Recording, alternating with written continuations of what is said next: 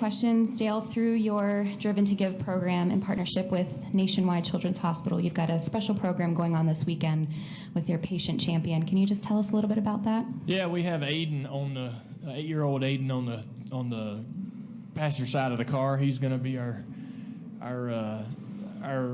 champion child this race weekend that we're celebrating. Obviously, we're trying to raise money to fight autism this month with the Driven to Give gloves. We did the glove giveaways or auctions throughout the season last year with a lot of success. We wanted to tweak that program a little bit this year to try to raise even more funds, and so we've been wearing these blue gloves all month, and at the end of the month we're going to auction them off and raise money for the Nationwide Children's Hospital in Columbus, Ohio. I've had a chance to go up there and take a tour. We'll be going again this year. It's an amazing place, doing a lot of great things. They've improved and learned so much over the last couple of decades to be able to make such a huge difference in the lives of these children that they're treating. So it's awesome to be a part of that and be able to help.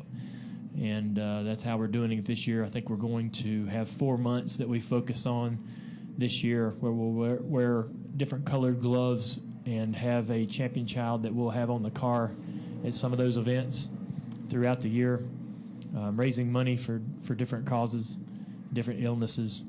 And so we're excited. We've been wearing these blue gloves for a few races now, so I'm looking forward to auctioning them things off and trying to raise some good money. Thank you. In addition, this Sunday you will have a special guest, an honorary race official for the Food City 500, Peyton Manning. Can you just tell us a little bit about your relationship with him and what you might have planned? Yeah, I don't know what we got planned. I'm just going to do my thing, what I always do, and hopefully he has a fun time at the race this weekend. I think he gets to come hang out on the pit box if that's what he wants to do throughout the weekend, throughout the race. And I'm excited to have anyone to have anyone as a guest at the race weekends to see what kind of impact that this sport gives them. So it'll be interesting more for me to have an opportunity to talk to him afterwards to see what he thought about all that. But especially an athlete and a guy like him that's seen so much and has learned so much, it'd be interesting his take on our sport. So hopefully we get the opportunity down the road to talk about it, and I've had the chance to spend time with him in the past. One particular time, because of our friendship that we both have with Kenny Chesney, we both ran into each other at a concert and got to drink a couple beers together, so that was pretty cool. And he's also my teammate with the Nationwide deal, and he does a great job as a spokesman, and we've had the opportunity to talk on the phone a few times through that relationship, which has been pretty special for me. But he's well respected and with what he's done on the field, and I'm sure he's going to have a lot of people clamoring to get an opportunity to talk to him and speak with him and shake his hand on Sunday when he comes to the race. We'll now open it up for questions. If you have a question, please raise your hand, state your name and affiliation. We'll get a microphone to you. We'll start here in the middle with Chris Knight and then go over to the right to Dustin. I can hear you.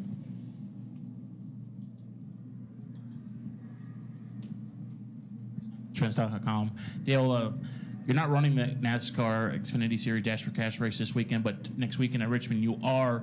How much will you pay attention to the heat races knowing that you're going to be running next weekend? I watch them, yeah, just like everybody else is going to watch them for the first time. I think everybody's excited to see if anything odd happens or if they bring a new twist to the sport that we aren't anticipating. So I'm looking forward to Saturday or tomorrow and seeing how that goes. And you just, as a race car driver, it's not really an unknown. You just get in there and you go and run the best you can run and try not to wreck. Just the same thing you do in every other race. You try to finish as good as you can, and that's what I'll do when we run at Saturday at Richmond. But I don't know what to expect, and I don't expect a whole lot. We'll just hopefully they get through there without any damage, and we start the main event with the fenders on it and good opportunity to try to win. Okay, we'll go to Dustin and then Claire. Dustin Long, NBC Sports.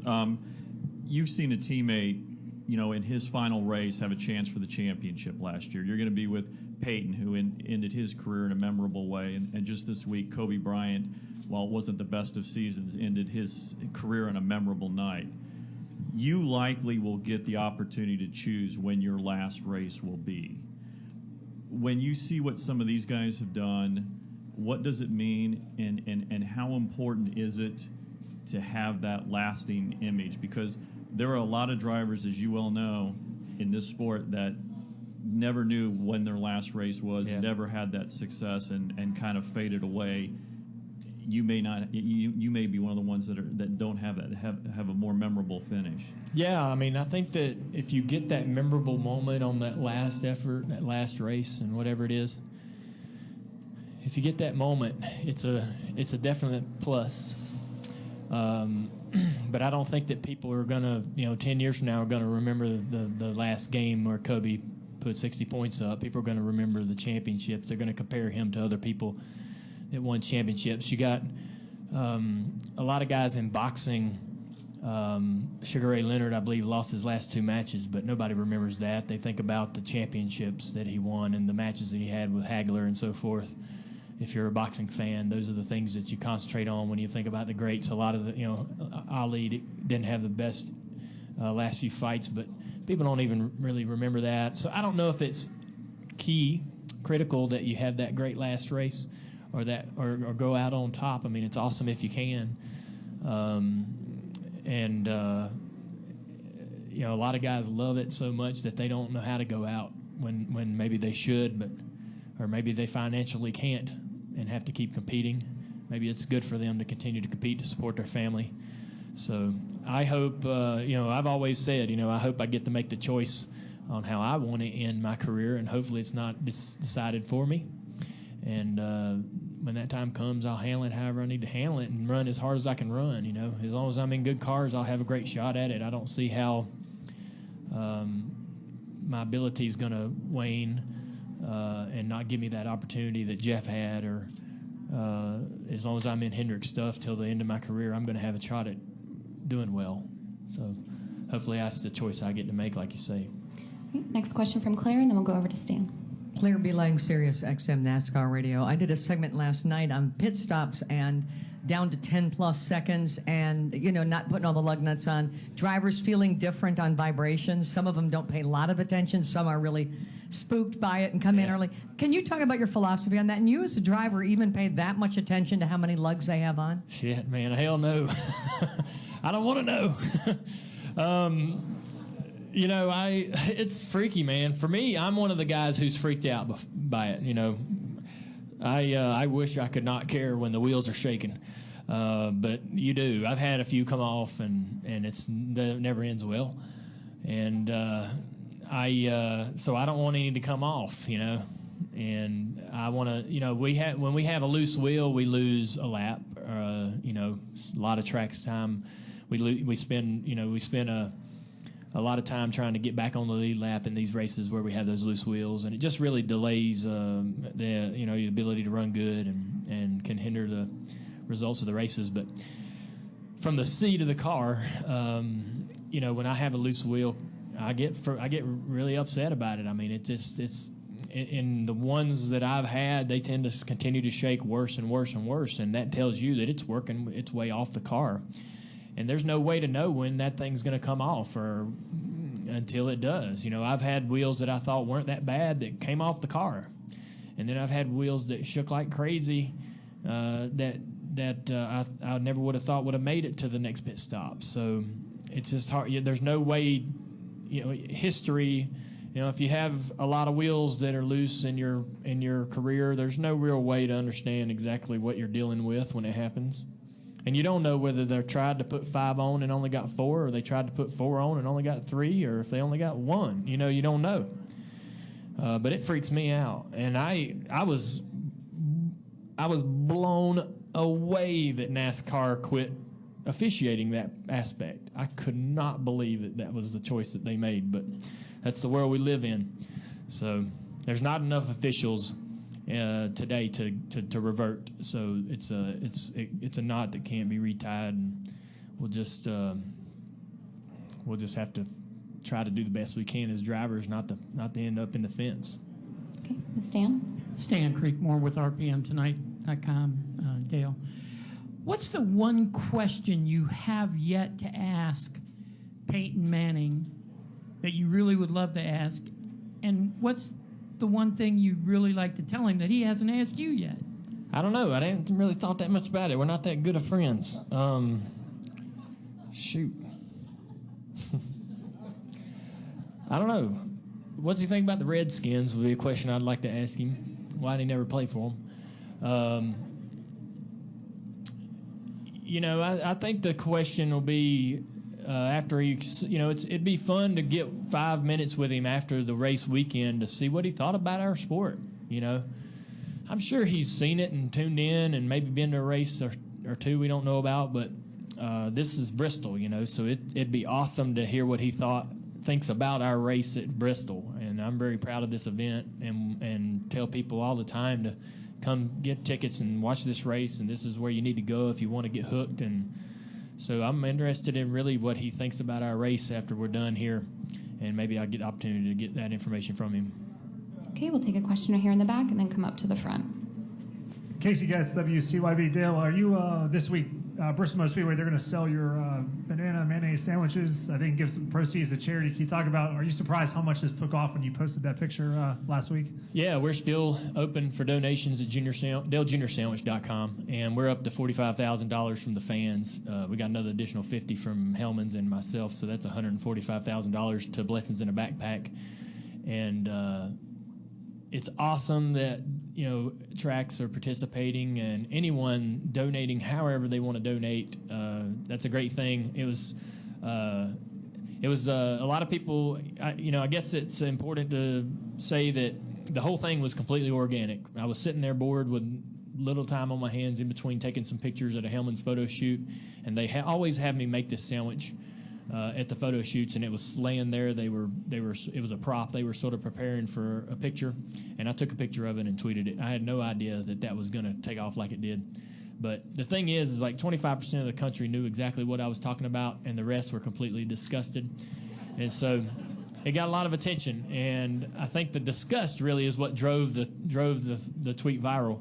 But it had everybody's attention. So we thought, I called Mike Davis and I said, it just seems silly to let this fizzle out and not seize this opportunity to do something good. And we do these JRM 360s every week, and he's always having a hard time and fussing about not being able to come up with some good ideas. So we thought we could make one in 24 hours about this sandwich and raise some money for one of the charities, one of the organizations that we work with. We've worked with Blessings in a Backpack for several years now. So we're always challenged to try to increase what we're doing in our foundation year after year and find new ways and new initiatives. And this was like on a silver platter. It's like, let's just do this and see, and hopefully, it's going to work. And the response from the fans as far as donations has been amazing. And also you have things like this where the tracks are doing their own thing, and it's helping people. So it's been an amazing thing. I'm super glad that we have the resources at Junior Motorsports to make these things happen. So a lot of props to Mike Davis and Kaylin at our foundation.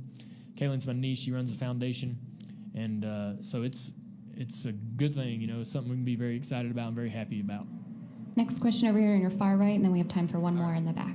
Jeff Birchville, John C. Press. Speaking of your tweets, you were talking about when you were a kid begging to come to Bristol. What is it about this place you love? And then also, what's your impressions of Colossus TV here? Yeah, that thing's scary. Hopefully it don't come off the cable. We've seen the cables have some issues in the past, some of these tracks. I know the fans will love that. They'll really love the opportunity to see the videos there. But I mean, there's not a bad seat in this racetrack, so I don't know that people are going to be taking their eyes off the actual action on the track too much to view the screens. As a kid, I loved coming here because we would just run from one end of the track to the other, getting into whatever we could get into. And they used to park the Comfort Coach conversion vans in the corners. All the drivers would park theirs in the corners, and we'd just climb up on the back of them and watch practice. And you were literally 30 feet from the cars when they were going by. And they would, in the race, they would crash and roll down the banking feet from the bus. And it was just the coolest thing as a kid to be able to be that close to the action and see the drivers in there working and turning the wheel and watch the cars literally work as they go through the corner and how the cars were handling. It was so much fun having that kind of a vantage point, and this place really provides that to anybody who comes here. The seats here and the vantage point from any seat in the house is so good. The action is always constant throughout the race. So I enjoy it. I enjoyed it. And even though the track has changed and we run the top instead of the bottom, to me it's still a very intense experience inside the car. And as a fan, I would enjoy it as much as I enjoyed it in the past because the race is very intense. Okay, we'll take our final question in the back. Kyle Magda, Race Chaser Online over here. I have a two-parter for you. Number one, Peyton said at the end of the Super Bowl that he's going to go home and drink a lot of Budweiser. And I know you have your line of Dale's Pale Ale, but what I'm wondering is what kind of beer does Dale Jr. drink? Well, we got some Dale's Pale Ale.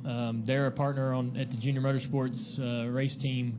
Regan's going to be racing with them on the car in a couple of weeks, but I got a lot of beer in the cooler, and I'm not particular. So it's I don't have a brand that I stick with traditionally, but the Dale's Pale Ale's been a great partner of ours, and they got a lot of different brands in their wheelhouse. And the Pale Ale, it's new, but it's something I wasn't drinking for all these years, but I'm acquiring a taste for it. And are you going to let Peyton try one of those banana mayo sandwiches when he comes here Sunday? Chances are that he won't be too interested in that.